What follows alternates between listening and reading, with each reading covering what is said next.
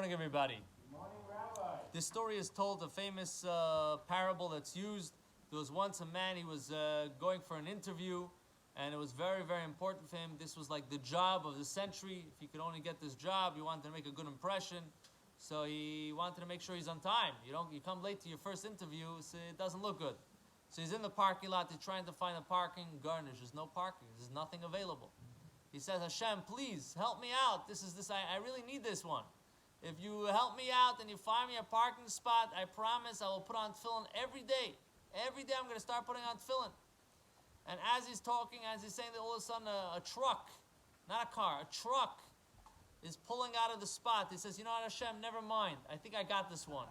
I'm okay. And as he's saying that, all of a sudden the truck decides to go back into the parking spot.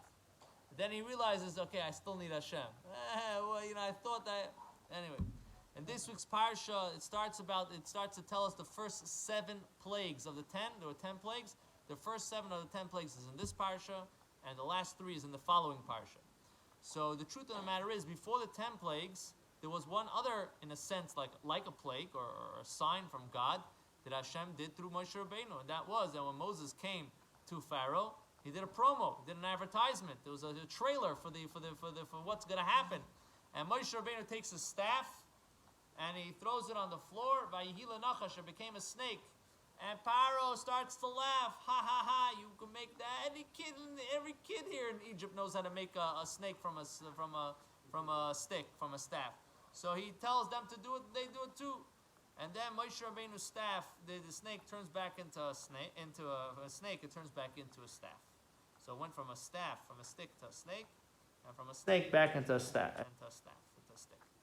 And then the stick swallowed up all the other snakes. So what's going on over here? What was the whole point of this? Get right into the action. When you have to make an advertisement, what's going on? Pharaoh claimed that he's Li Oiri Vani Sisuni. I made myself. I made the river, and I'm my own boss. Nobody's telling me what to do. I'm my own God. So the first problem in this world was the snake. The snake was the first issue. The first sin was the snake. Everything else was pure, right? With Adam and Eve. So Pharaoh is saying that he's a snake. He's doing his own thing. He's got his own identity. So Moshe Rabbeinu is coming in the name of God. First of all, you should know everything's a stick. Everything starts off as a stick. From the stick, you became a snake. Don't think you're a snake by yourself. You became a snake from the stick, number 1. Number 2, you should know that even after you're going to say, okay, you know what, God made me, but now I am who I am. No problem. I come from God. But now that I'm here, I'm my own show.